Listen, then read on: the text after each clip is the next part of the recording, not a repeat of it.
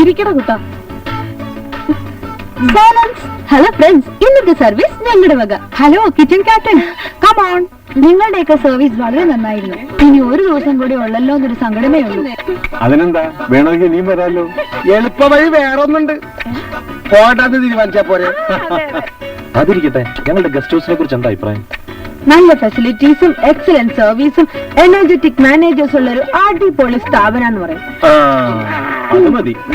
Chief കുക്കിന്റെ പാചകത്തെ പറ്റി പറയാൻ മറക്കരുത്. അത് ഇനി പ്രത്യേകിച്ച് പറയേണ്ട കാര്യമുണ്ടോ? തീർച്ചയായിട്ടും പറയും.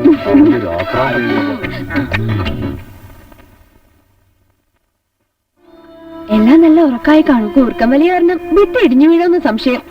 എങ്ങനെ കൂർക്കം വലിക്കാതിരിക്കും? ഡബിൾ ഡോസല്ലേ കലക്കിയിരിക്കുന്നേ.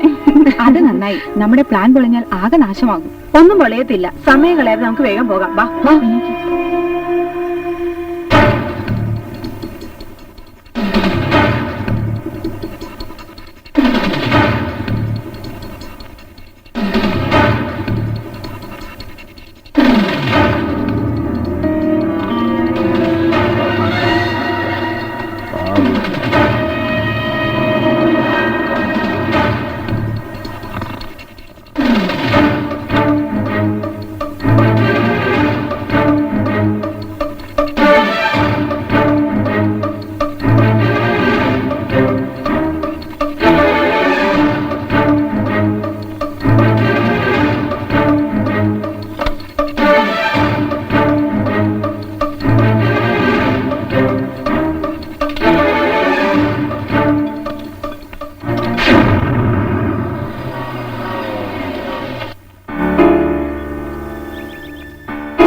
ഇന്ന് എന്ത് പറ്റി? ലോക്ക് തുറന്നില്ലല്ലോ.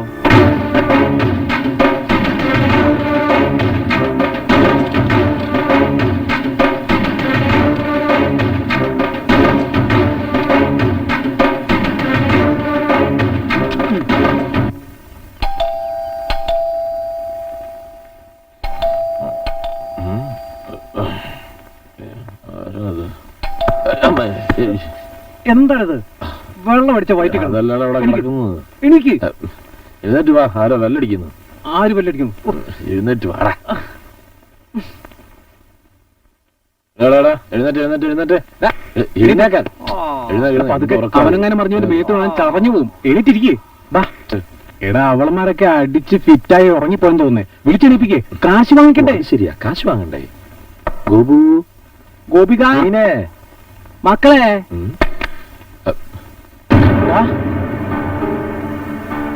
അവളന്മാരെ കാണുന്നില്ലല്ലോ. ബാത്റൂമിൽ അങ്ങനെ ഉണ്ടോ?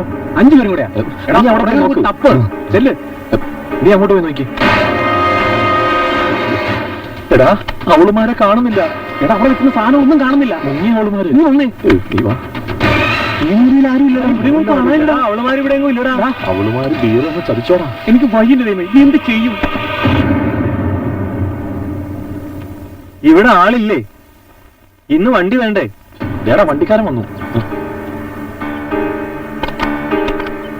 ഇത് എന്ത് പറ്റി? ഇന്നവർക്ക് പോകണ്ടേ? അവരെല്ലാം കാലിയാക്കി പോയി. പോയോ? അപ്പൊ കണക്ക് തീർക്കണ്ടേ? കണക്കൊക്കെ തീർത്ത് കാശ് ഞങ്ങൾ തന്നേക്കാം. ഡേറ്റ് ആയിട്ട് ചെക്ക് അവർ വന്നിട്ടുണ്ട്. എന്നാ ഞാൻ പോയി റിപ്പോർട്ട് ചെയ്യട്ടെ. നീ ചെക്ക് എടുത്തുണ്ടോ? ബാങ്കിൽ പോയി നോക്കാം. കാശ് കിട്ടിയില്ല. നീ എന്താ കടം കഥ പറയാ? 10 മണിക്ക് തരാന്ന് പറഞ്ഞല്ലേ എന്റെ കടം വാങ്ങിയത്.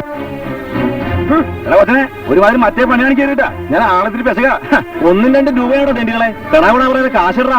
കടം വാങ്ങിയാടാ നിന്റെയൊക്കെ മറ്റുള്ളമാരെ തീറ്റാൻ മീൻ തന്നത്. വിളക്കിൽ ഞങ്ങളും എടുക്കരുത്. വാ തുറക്കണം മറ്റവന്മാരെ. ഇത് കാശിപ്പത്തിനിടണം. അല്ലെങ്കിൽ ഇത് കണ്ട മാറ്റി നടക്കണ കത്തിയാണ്. മര്യാദ കാശ് എടുക്ക. ആർക്ക് തുണ്ടാക്കി ഞാൻ. അതെ, ചുമ്മാ കുന്തം പിഴിഞ്ഞ പോലെ നിൽക്കാതെ കാശ് തരാനുള്ള വഴി നോക്ക് പിള്ളേരെ. എന്തിയൂടാ? ഇയാക്കിട്ട് 2 കൊടുത്താലോ? നമുക്ക് അടുത്ത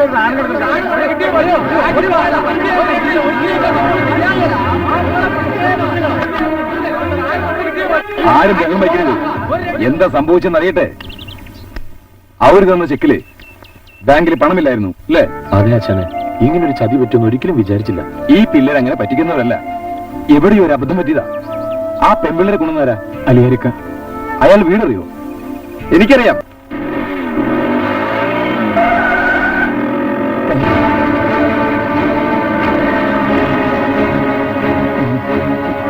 അലിയാരെ, ഈ ചതി ഞങ്ങളോട് വേണ്ടായിരുന്നു. എവിടെയാണോ എന്റെ കോഴിച്ചിരി കള്ളച്ചക്കൻ ഞങ്ങൾ പറ്റിക്കുന്നു ചേട്ടേ? ഇത് പൊന്നു മക്കളെ, നിങ്ങൾ എന്തൊക്കെയാണ് പറയുന്നത്? അലിയാർക്കൊന്നും തിരിയുന്നില്ല. ഇവിടെ പെമ്പിള്ളേർ ഒളിച്ചോടിപ്പോയി. ബാങ്കിൽ ചെന്നപ്പോ അക്കൗണ്ടിൽ കാശുമില്ല. കുറച്ചവന് അവരെവിടെ പോയി? കള്ളച്ചക്ക് എന്ന് ഞാൻ എല്ലാരെയും പറ്റിക്കായിരുന്നല്ലോ. എടോ, ഇത് ഞങ്ങളുടെ ജീവൻ മരണ പോരാട്ടാ. ഞങ്ങളെ ചതിച്ചോണ്ടല്ലോ.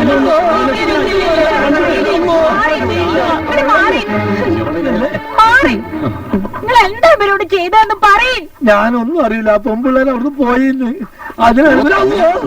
പോയി ആ പെണ്ണുങ്ങളുടെ തന്തമാരെ കാശ് വാങ്ങിക്കണോ? വാ, നമുക്ക് അവിടെ പോണോ?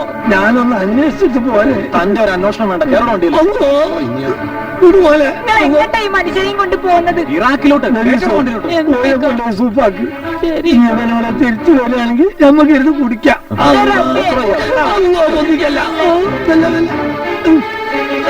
താത്തക്ക് പോലെ ശ്വാസം കിട്ടില്ല. എന്താ കാര്യം? അലിയാനെ കൂട്ടാ കൊണ്ടുപോകുന്നേ? പെമ്പിള്ളേരുടെ വീട് ഇറക്കി പോവാ. എനിക്കും തുണി അലക്കേണ്ട കാശ് കിട്ടാനുണ്ട്.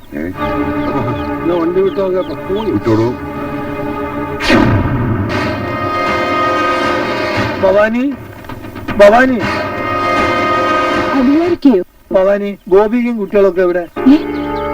എന്താ കാര്യം? നീ ആ പിള്ളേരൊക്കെ ഒന്ന് വിളിച്ചവരൊക്കെ ഒന്ന് കാണട്ടെ. ഗോപിക, ഗൗരി, ഒന്നിങ്ങോട്ട് വന്നേടി. ദാ വരുന്നമ്മേ.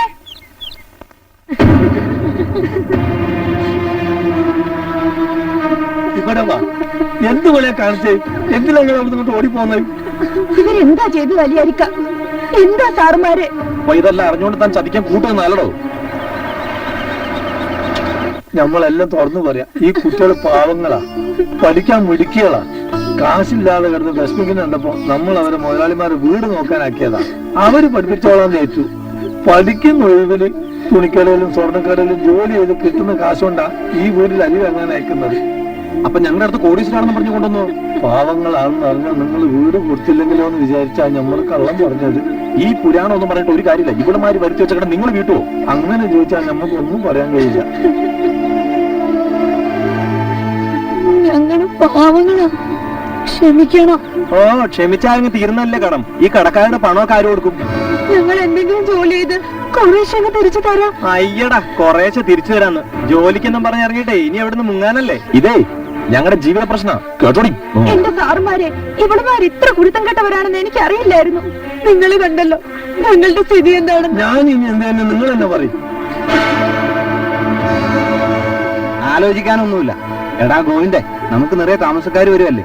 ഏതായാലും ഇവര് അവിടെ നിന്ന് അവിടുത്തെ ജോലിയൊക്കെ ചെയ്യട്ടെ.